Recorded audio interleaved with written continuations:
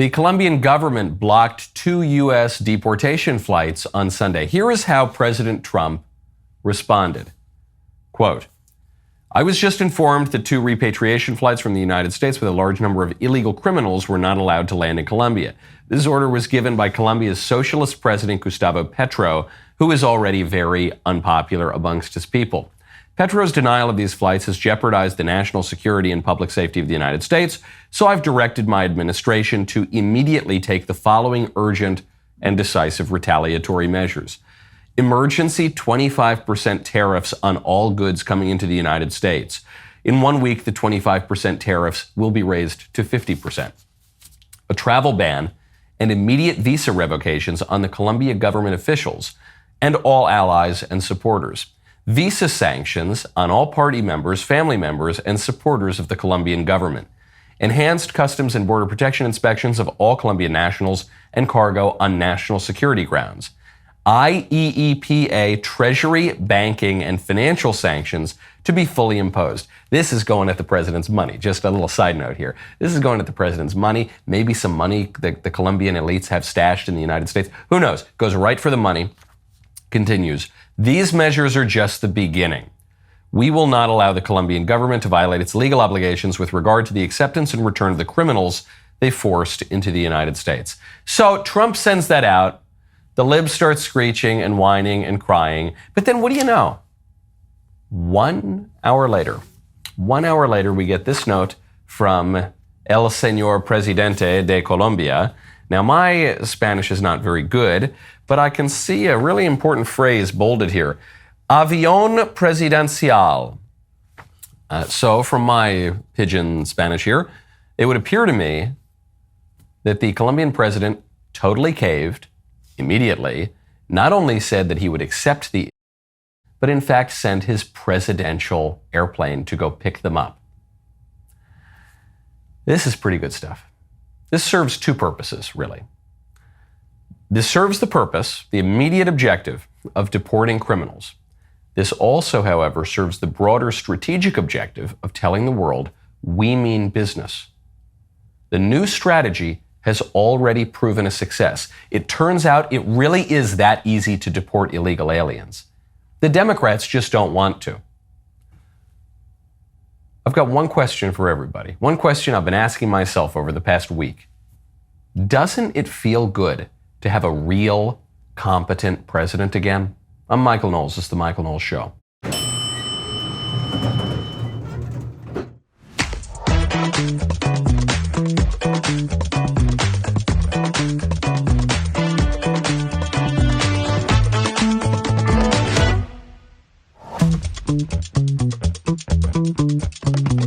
Welcome back to the show. Speaking of Latin American heads of state, Argentinian President Javier Milei just traveled to Davos for the World Economic Forum, where he called them all.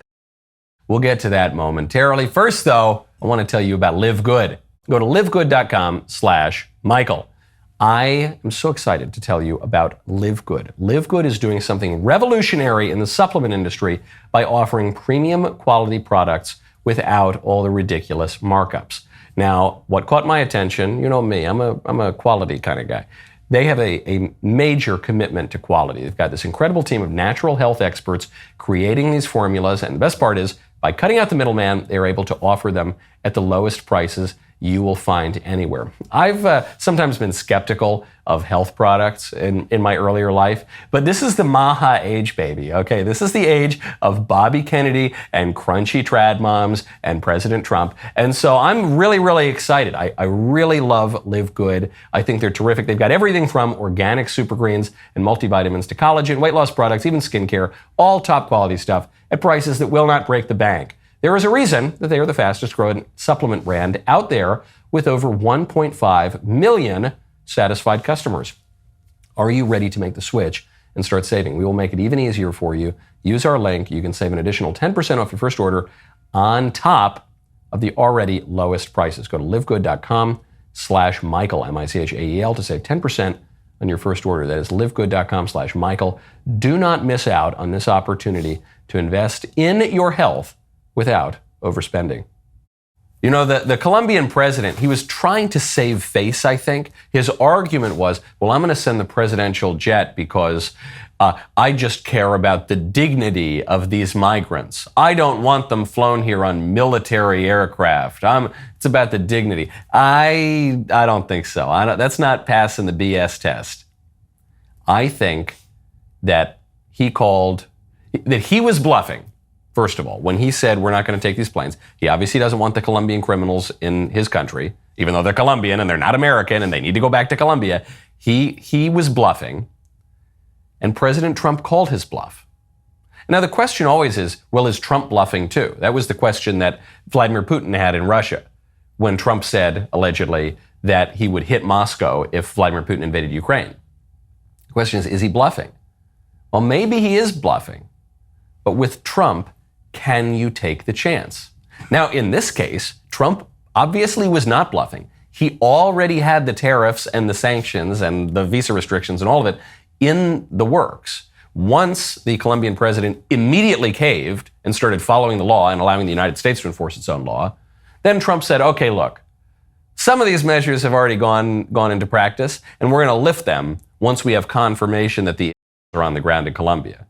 Some of these, like the really heavy tariffs, we're just going to keep them in reserve until next time. You got that, Colombian president? Comprende, amigo? Yeah, good? All right, good. I'm glad to hear it. Now, while President Trump was dog-walking the Colombian president, Trump's mentee, JD Vance, was proving that the apple doesn't fall far from the tree. He was doing an interview on CBS, Face the Nation, in which he was grilled on immigration, notably the claim that America was founded by immigrants. Well, this is a country founded by immigrants.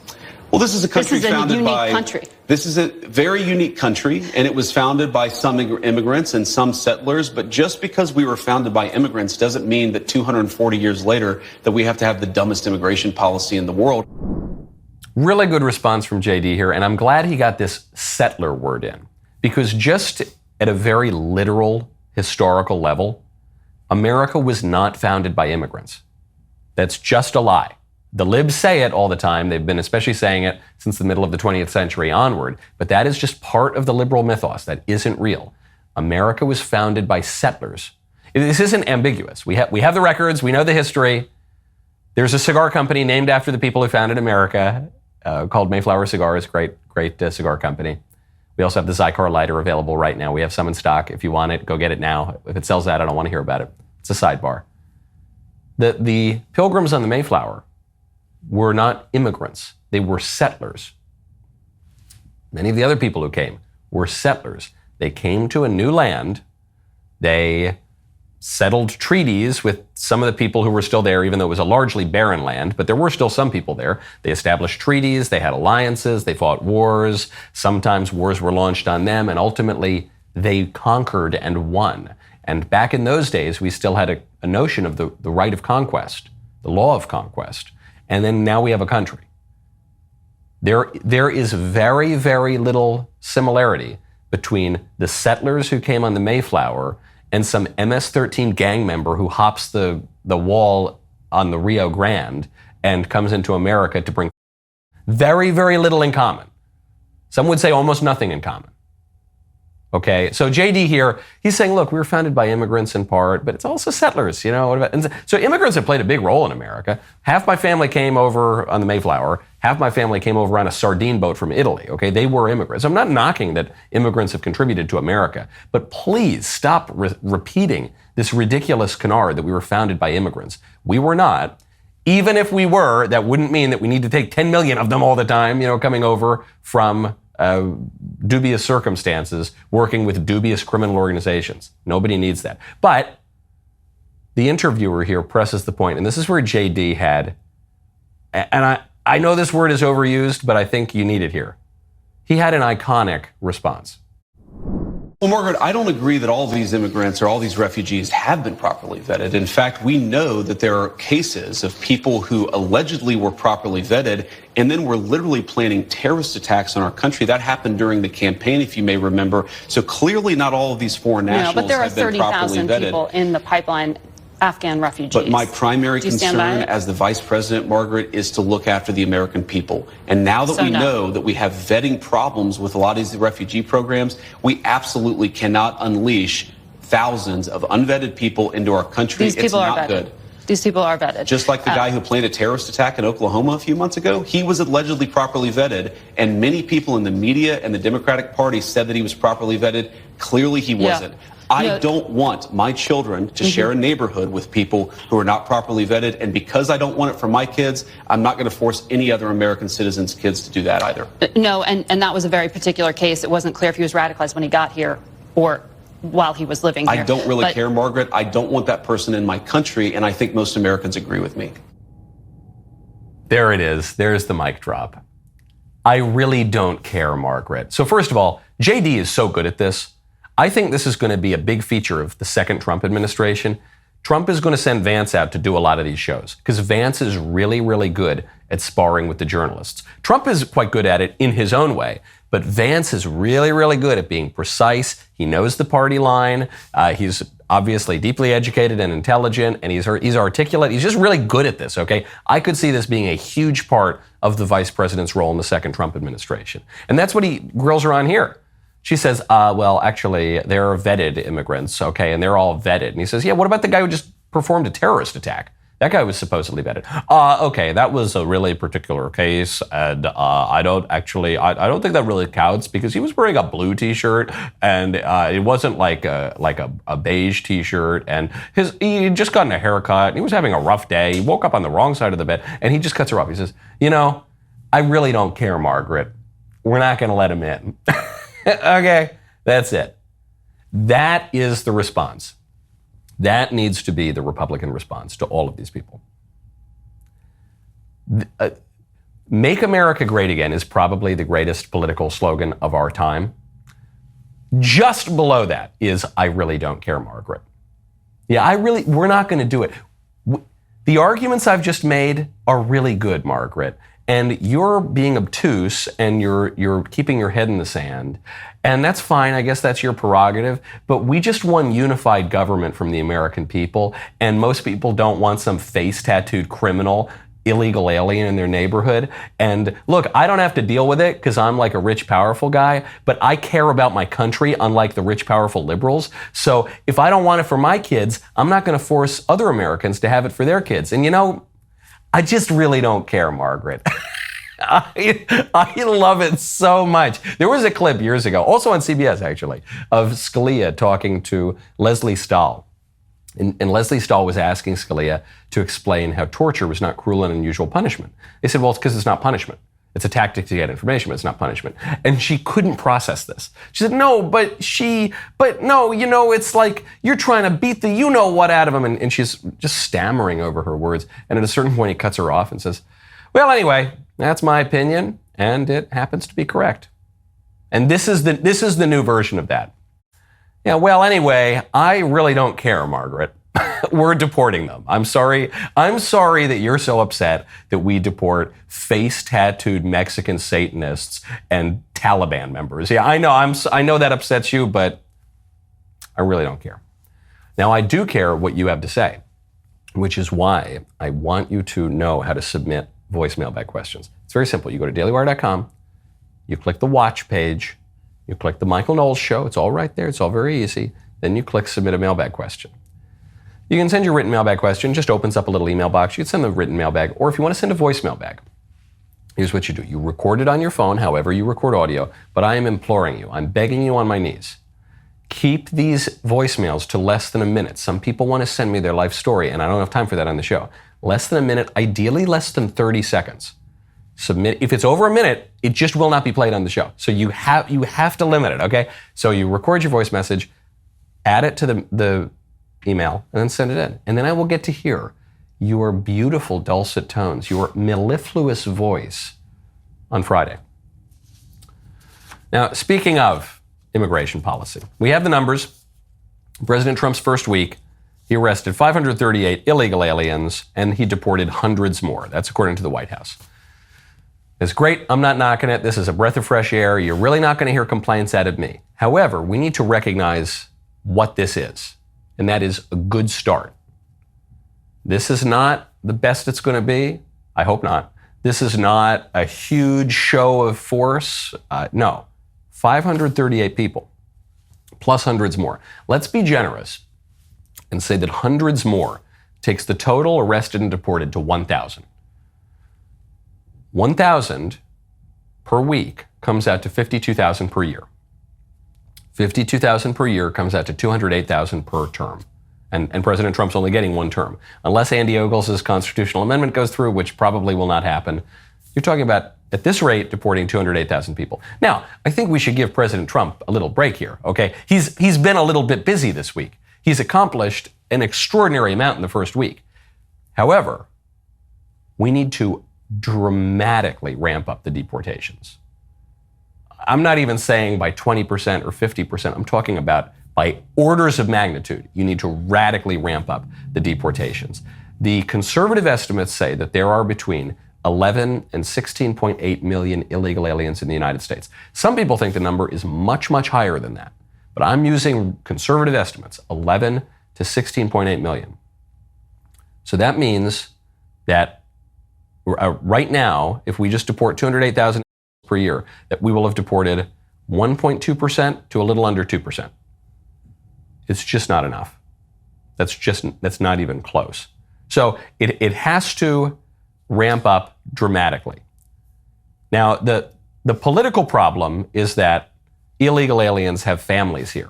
So it's going to create a big issue if you start deporting people's like Aunt Gertrude. I guess their names aren't Gertrude, but it'd be like Aunt, Maria or something. So I understand the political problem. But even if you are only deporting the really, really bad ones, you need to ramp that up dramatically, which I trust will be done. Again, you're not going to hear complaints out of me. This is the first week of a presidential administration in my lifetime. It's all phenomenal. I'm all into it. But just keep these numbers in mind. Just to even have an appreciation for the scale of the problem that President Trump faces. Do you know how hard it is to deport 11 to 17 million people or more? It's really hard. Okay, so I give them a little grace, but it means we got to ramp things up a little bit. Now, the libs are complaining because President Trump's first deportation flights were expensive, according to them. This is the argument. According to the Mirror UK, Trump's first deportation flights, with average of just 80 migrants, cost up to $852,000 per trip. All right, that's expensive. I agree. Just 80 migrants on the flights, and it cost $850,000 per trip. That's it. Okay, so what? 10 grand per flight, per seat rather. Okay, but let's put this into perspective. How much does it cost just to have illegal aliens in the country? By the way, these are the very worst. So these are the ones who are killing people and raping people and committing all sorts of particularly heinous crimes, which you can't really put a dollar number on, but in as much as you can, cost a lot of money. But I'm actually putting that aside. I'm saying your regular, average, illegal alien who does not go out and murder people and rob and commit all sorts of other crimes.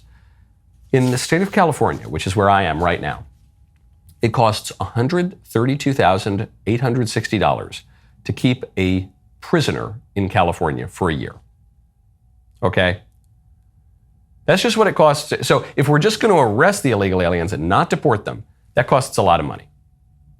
And Trump is only deporting criminal aliens right now. The Federation for American Immigration Reform, FAIR, says that each illegal or U.S.-born child of an illegal alien costs $8,776 annually. That is not people in prison. That is not people who are committing crimes. That's just your average old illegal alien. Heritage Foundation in 2010 found that each unlawful immigrant household costs $14,387. That is cost for services offset by the taxes paid. So that's being as generous as we can to the illegal alien households. Still costs over 14 grand a year per household. That's an outdated number. That's 2010. The number is certainly much higher now. According to the Center for Immigration Studies, the average household headed by an immigrant, legal or illegal, costs taxpayers $6,234 in federal welfare benefits. It's not counting state benefits. That is 41% higher than the $4,431 received by the average native household. Native American, I'm not talking about the feathers and the tomahawks. I'm talking about regular old Americans. Okay? So even take out the $132,000, $133,000 to keep a prisoner.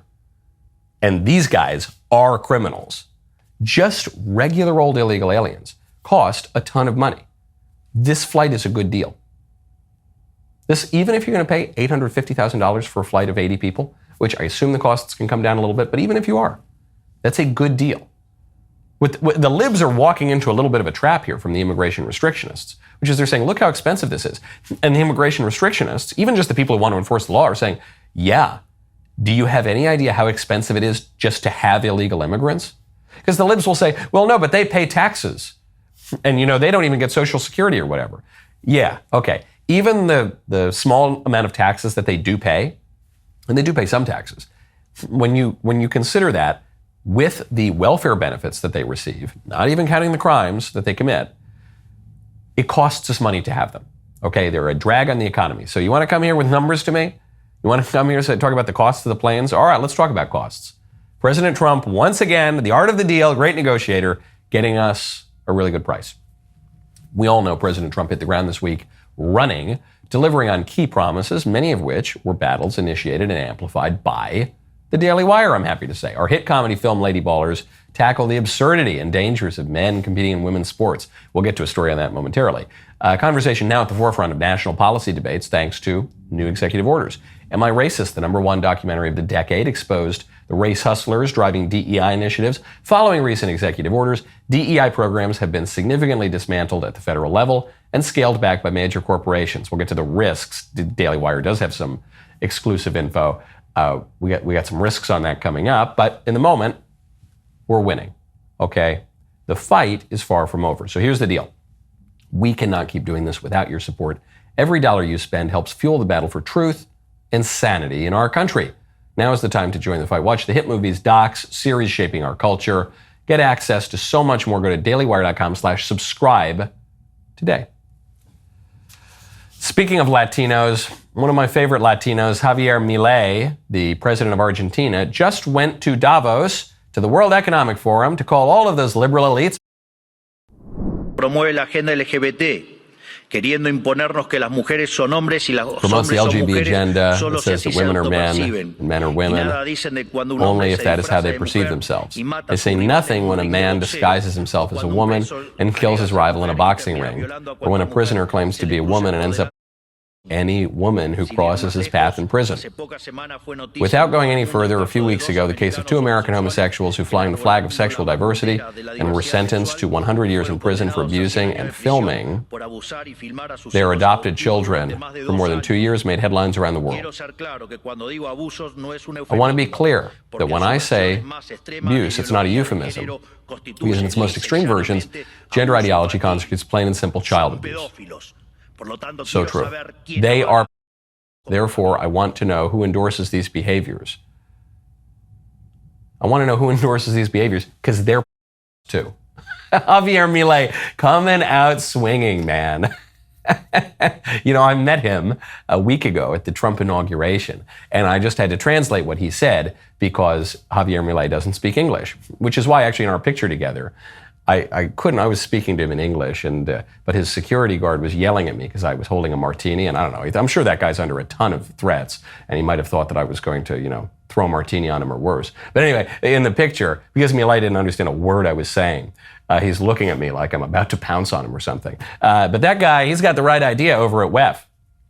It's pretty simple. It's like Orrin McIntyre has that meme that he posts. He says it's not so complicated. These people just want to diddle kids. And it doesn't explain the whole ideology, but it does explain some of it. At a certain point, if a group of people continues to condone abusive behaviors, just needlessly support ideologies that conduce toward child abuse and that really damage the lives of children and that put vulnerable people in really bad situations, at a certain point, I'm going to stop defending you and saying, well, you might have the best of intentions. At a certain point, you're complicit, okay? That's true not just of the gender ideology. That's true on immigration. That's true. I understand why someone might want more immigration or even open borders, but at a certain point when people are getting like murdered and face tattooed Satanists are hopping the border poisoning Americans, at a certain point, you lose my sympathy, okay? At a certain point, we just have to enforce the law. Now, there's a story that DW has got. We'll have a longer Twitter thread on this later today. But, Trump is succeeding at dismantling DEI, which is really, really great. You're seeing these initiatives across the federal government. You're seeing downstream effects of that. However, we cannot get complacent because the libs in the federal government, at the state level, and at the local level are going to try to resist this. And they're going to try really hard, and they're going to try immediately. There's one story which we have from a school district in Colorado, Durango. The school board received a complaint that one of the classrooms was flying a Black Lives Matter and a Pride Progress flag. Pride Progress is the pride flag, but it's got the trans and the BLM and, I don't know, it's like the terrorist pride flag. So we're flying these flags, and a mother said, I want these flags in the classroom. So there was a review by the chief academic officer, and the chief academic officer said, yeah, all right, well, if the teacher's going to fly that, then we need an open forum for all flags. This could be a First Amendment issue. And the district's lawyers did not want this open forum because they feared, and we have documentation of this, the apparatchiks in the school board and the school district feared that this could open the pathway to a straight Lives Matter flag in the classroom. Could you imagine? Heaven forfend. We can't have that. So the district, the Durango School District, has decided that what they're going to do is they're going to redefine things like Black Lives Matter, Black Power, Pride as government speech. Not political speech, but government speech. Now, I don't know the local laws. I don't know exactly how these lawyers are in a Jesuitical way trying to parse the difference. Obviously, government speech is political speech. Political speech does pertain to government speech. But I guess this is a legal distinction that would allow them to create protections for radical leftist ideology in the classroom, radical leftist indoctrination, but not trigger an open forum for other people to express their far more normal political views.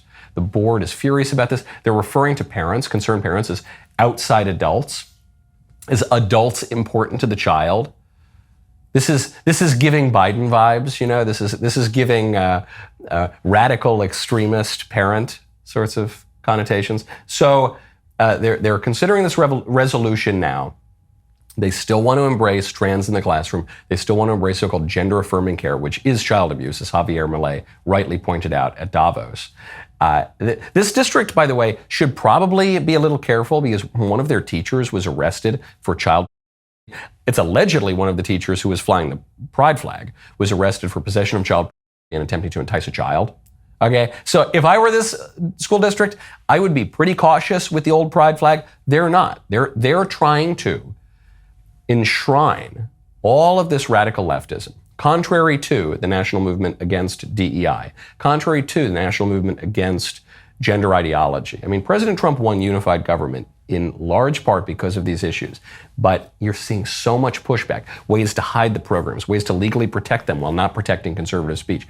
That's going on. So, we like the wins. We're applauding President Trump. We're so happy. You need to dig in at the local level, at the state level. Even at the federal level, we're going to have to dig in because the leftists are not going to go down without a fight. Now, speaking of elites, breaking news, pull over your car, sit down if you're standing up. The New York Times is reporting that the CIA now favors the lab leak theory to explain COVID's origins. That story is from, January 25th, 2025. You might recall during COVID, this New York Times headline, Senator Tom Cotton repeats fringe theory of COVID origins. Scientists have dismissed suggestions that the Chinese government was behind the outbreak, but it's the kind of tale that gains traction among those who see China as a threat. Fringe theory, totally crazy. Oh, actually, the CIA agrees. So now we, the New York Times, are going to admit it 5 years later. Okay, well, congrats to the New York Times, the paper of record, for admitting an obvious fact 5 years after everyone with two brain cells to rub together knew it. But even this headline is not accurate. This headline is obviously dishonest. because it says CIA now favors lab leak theory. That's not true.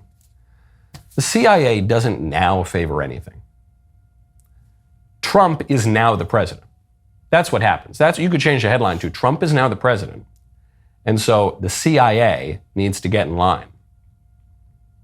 Yeah, that Trump was the president back in 2020. When Trump was the president, that time around, the first go around, the deep state was doing everything it could to cut down this guy's administration. Before he even became president, the FBI and the DOJ were trying to kill his administration. Then they continued that effort through the Mueller investigation. You had the intelligence agencies conspiring against him, lying about him. Chuck Schumer even joked about it. He said, don't make enemies of the intel agencies. They'll get you 20 ways from Sunday. Trump is out of office. Then they try to throw him in prison. They establish the justification to kill him, which almost happened twice. And he comes back in, and they just lost. Okay, the libs seem really demoralized right now. The agencies grudgingly seem to be getting in line. Trump seems to be exerting more power over them. And coincidentally, right now, the CIA says, oh, yeah, actually, the Republicans might have been right. We've known this. We've known this for a long time. Okay? The New York Times, I think, knew this for a long time. The only question to me is not, did the virus originate in a lab leak? That was obvious. That has been for years. The question is, was it intentional or unintentional? That's what I want to know. And I don't know the answer to that. Did the Chinese government intentionally leak COVID? Because when I look at the ways that people were conspiring against Trump back in 2020, I can't help but notice that Trump was waging a successful trade war against China. And Trump was looking like he was going to sail to re-election victory. And COVID was the way to, first of all, for China to stop that trade war. And COVID was also the way to give Democrats justification to change all the election rules. So I don't know. I'm not saying that it was intentional. I don't have any evidence that it was intentional. It might not have been intentional. But I could see that as a possibility. At the very least, that's the debate. But the New York Times and the CIA, for that matter, I'm sick of it with the CIA and the administrative government. These guys are pretending that the real controversy is over a debate that was effectively resolved 5 years ago. No, let's go. Let's move on, buddy. It's the Trump era. I know you're trying to catch up, but you're going to have to move a little faster. Now, also very exciting news in the Trump era, Pete Hegseth has been confirmed by the skin of his teeth to be the Secretary of Defense. Collins, Murkowski, and good old Mitch McConnell, 3 Republican senators, voted against Pete Hegseth. And nevertheless, he overcame. We will get to how that went down.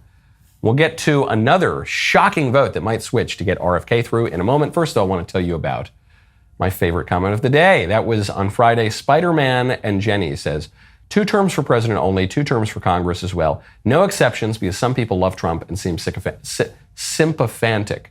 It's either sympathetic or sycophantic. Maybe it's both. That's a nice new word. It's a nice neologism. Look, I get the point. However, I'll point out Ronald Reagan disagreed with you. Ronald Reagan wanted to repeal the 22nd Amendment. He thought that there are term limits at the ballot box. We have a natural kind of term limit in our American Republic, and that is the voters at the ballot box. Now, some people think that incumbency is too hard to overcome. Maybe. I do not favor term limits. Certainly not for the House of Representatives, not really for the Senate. And I'm basically with Reagan, even on the presidency. And well, Trump actually says he doesn't want to serve a 3rd term, but I'm with Reagan at least. I don't think there should really be term limits. Because there will be power. This is the thing. People want term limits because they think that it's going to limit power. But the power just exists. There is just a certain amount of power that is to be wielded in the government. The question is, by whom? Is it going to be wielded by the elected representative? Is it going to be wielded by the staffers and the committee staffers in the House? Is it going to be wielded by lobbyists? Is it going to be wielded by bureaucrats in the administrative state? That's the only question. But there will not be a reduction in power. So when you limit the power of the elected representatives, it just goes to one of the other guys. It just goes to a staffer or a bureaucrat or a lobbyist, or it just goes to one of them. So that's why I get it. I understand the impulse to say, no, we need term limits everywhere. But I think term limits moves power from people who at least constitutionally ought to have the power, to people who wield it in much worse ways. So I get it, but I wouldn't be so quick about that. Pete Hegseth, 5150, confirmed as SecDef. On this vote, the yeas are 50 and the nays are 50. The Senate being equally divided, the Vice President votes in the affirmative, and the nomination is confirmed. Here we go. The hits keep coming for JD Vance. He had to break the tie because he's the president of the Senate as Vice President of the United States. So he goes down there. He joked. He said, I thought I was done voting in the Senate. Okay. Well, we'll vote. So Collins and Murkowski, Susan Collins, Lisa Murkowski, squish senators from Maine and Alaska, respectively. We kind of expected them not to vote for Pete. They're the squishy ones. They're the moderate ones. That's just, in part, that's how they got elected. Okay. Mitch McConnell, that was unfortunate. Mitch McConnell voted against Hegseth on the DGAF anymore principle. You know, he's not going to run for re-election. He's 150 years old. He's no longer even the Senate Majority Leader. He's done. He doesn't care. He doesn't like Pete for whatever reason. He doesn't seem to like Trump very much. Okay, he voted against him. So people initially, when I saw Susan Collins and Lisa Murkowski post these essays to X explaining why they were going to vote against Pete, my first impulse was, you jerks, we're going to primary you. How dare you? We're not going to forget this. But then I thought, hold on.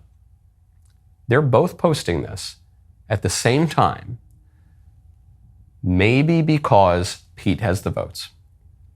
That sometimes happens. Sometimes they'll hold off. They'll say, I don't know who I'm going to vote for. I don't know how I'm going to vote on a certain bill, until they know that the other side has the votes. And then they'll say, okay, now I have cover to vote against this person. Then I can get reelected and I don't need to worry about my constituents. In the case of McConnell, that wasn't a concern. I think McConnell just doesn't like Pete and doesn't like Trump that much. But when I saw those two pop up, my second thought was, oh good, Pete's got it. And he did have it. And I don't care. I don't care if Pete gets confirmed 51-50. I don't care if he gets confirmed 99-1. Whatever. What matters is winning. And this is what President Trump said. President Trump was asked, are you disappointed that McConnell voted no? And he had a cold as ice answer. His answer was, no, I didn't even know that. No, I don't know that. I just heard that we won. Winning is what matters, right? And this is a principle that I quote frequently from Cocaine Mitch McConnell. The winners go to Washington and the losers go home. And it doesn't matter if you win by 1 vote or 100 votes. Pete won. Trump won. Good start. Now, as I've said from the beginning, they put Pete up as the first confirmation hearing as the canary in the coal mine. Pete is one of the most controversial nominees, along with Bobby Kennedy Jr., Tulsi Gabbard, Kash Patel. So they threw Pete up there for the first confirmation hearing just as a trial balloon. Then they had a bunch of boring confirmation hearings, people like Marco Rubio, where everyone knew he was going to sail through. It's no question whatsoever. John Ratcliffe, they all knew he was going to get it. And then they were saving Tulsi, RFK Jr., Kash Patel for later on. The fact that Pete was able to get through is good news for Tulsi, RFK, and Kash Patel. But RFK's got some more good news, which is the Democrat Senator Sheldon Whitehouse, senator from Rhode Island, reportedly might vote for Bobby Kennedy Jr. That's really weird. Why is that? Because they're college buddies. That's why. That's actually why. According to a Politico reporter, Whitehouse has not ruled out the possibility of voting for Kennedy. He says, I'm not going to reveal how I'm voting on any nominee. He gave a similar answer to Slate, said there's a bunch of stuff I want from HHS. So I'm going to hold my fire on that. I'm going to hold my fire on how I'm going to vote. Turns out these guys have been buddies since law school, and they used to go hiking together and hunting together, and they've been friends for a real long time. And because of that, it is being reported by swampy Beltway press, Sheldon Whitehouse might vote for Kennedy. And I think that's great. And this shows you yet again the strength of a non-traditional political coalition. Okay, Trump has put together an eclectic political coalition. And there are plenty of Republicans who don't like it. I really like Tulsi Gabbard. There are a lot of Republicans who don't like Tulsi Gabbard. Okay, I don't really know much about Bobby Kennedy, even though he actually lived in the town over from where I grew up. He lived in the town I was born in, went to church at my grandmother's church for like 60 years. So I've been around him for a long time, but I don't really know much about him. He seems fine, I guess. There are a lot of Republicans who have a much tougher view of Bobby Kennedy than I do. Okay? There are some who just wish we were back in the Mitt Romney era. And it was all the predictable Republicans wearing all the predictable Brooks Brothers suits, and they all said the predictable things. And that's not Trump, okay? Trump put together a wacky coalition. But one of the benefits of the wacky coalition is, one, if you as a Republican keep losing elections with the McCain coalition, the Romney coalition, if you keep losing elections, it means you've got to mix up your coalition a little bit. So it at least gives you a shot to win. But then, two, once you do win, it helps you get your guys across the line. Because Kennedy is a Kennedy, okay? The Kennedys are the dominant living family in Democrat politics. At least they have been for most of our lifetime. I think they probably are. They're still a huge one, okay? And he's on Trump's side. And they're going to pull over some Democrats. Even Tulsi might be able to pull some Democrats. Now, speaking of Bobby Kennedy Jr. and health supplements, there is a really silly news story out that I have to pull. It's from this was published in CBS, though I like CBS recently because CBS aired, I felt, a very fair piece on why men voted for Trump that I happened to be featured in. So I'm not knocking CBS, but I am knocking this ridiculous idea put forward by a rabbi that psychedelics are an elephant in the room when talking about a sacred Jewish text, and that psychedelics are actually maybe really important to the Jewish religion. Now, I'm just going to do a quick fact check with my Jewish associate producer here. Professor Jacob, are psychedelics a key part of the Jewish religion? I've never taken them. He hasn't taken them. That's good. Could you imagine? Could you imagine how off the wall he'd be if he had taken them? But here's what the piece says. I'll just read a little bit of it. An existential question many people spend their lifetime seeking an answer to is, where can God be found? Some in the Jewish faith believe they already know the answer to that question and say psychedelics helped them get there. Yes, God, this is a quote. Yes, God's in the trees and God's in the bush and God's in the plant and God's also within us, and the breath leads us straight back to God within us, explains Meyer Kay, the co-founder and lead facilitator of Adama, an organization that it says cultivates safe and sacred containers for Jewish men to, quote, discover their true selves and connect in brotherhood, health, masculinity, and divine connection. Now, this strikes me not as some part of the traditional Jewish religion, but, well, to quote Norm Macdonald, this strikes me as a bunch of commie gobbledygook. A bunch of new age commie gobbledygook. The piece goes on and says, a 2023 peer-reviewed study in psychopharmacology found that the percentage of participants who identified as believing in God or a higher power increased from 29% to 59% after psychedelic use. And I could believe that. Rabbi Harry Rosenberg advocates for the use of psychedelics for healing and connection. Rosenberg believes the Torah, Judaism's most sacred text, may describe psychedelic experiences. He believes divinity lives in all of us, and for some, psychedelics help access it. Okay. The reason I bring this up is not just because it seems a little quirky from the Jewish perspective, but because I have friends who've told me this. I have multiple friends. At this point, I might say many friends who've told me, man, Michael, taking psychedelics really helped me understand, man, peace. And that this world isn't all there is. I broke through the veil, man. It really brought me closer to the divine. You know what I mean, brother? They didn't all talk quite like that, but it's pretty close. And I've heard this. However, I can't help but notice that people who take psychedelics never come out of their experiences more aware of their own deficiencies. I can't help but notice, to really drive the point home for religion, people who take psychedelics never seem to come out of them more aware of their need for a savior. You notice that? In fact, one friend I was talking to, in fact, I've actually heard this from multiple friends. They say, yeah, man, I took some drugs and then, I just realized there's no sin. There's no sin, man. I don't need to be hung up all the time on sins and stuff. You think, no, actually, there is sin, and you do need to be hung up on it. And you need to feel bad about it, and you need to confess your sins, and you need to stop doing them. That's at least what God says to do. I don't know whatever drug cooked up in a Mexican bathtub you take does, but that's what God says to do. I'd be very wary of the psychedelic religion, because they're being really mainstreamed right now. I don't know, man. The devil appears as an angel of light sometimes. You kind of judge the tree by its fruit, don't you? Do you think like burned out hippies have the clearest view of religion and morality? Probably not. Today is Music Monday, okay? The rest of the show continues now. You do not want to miss it. Become a member. Use code Knowles, K-N-O-W-L-E-S, at checkout for 2 months free on all annual plans.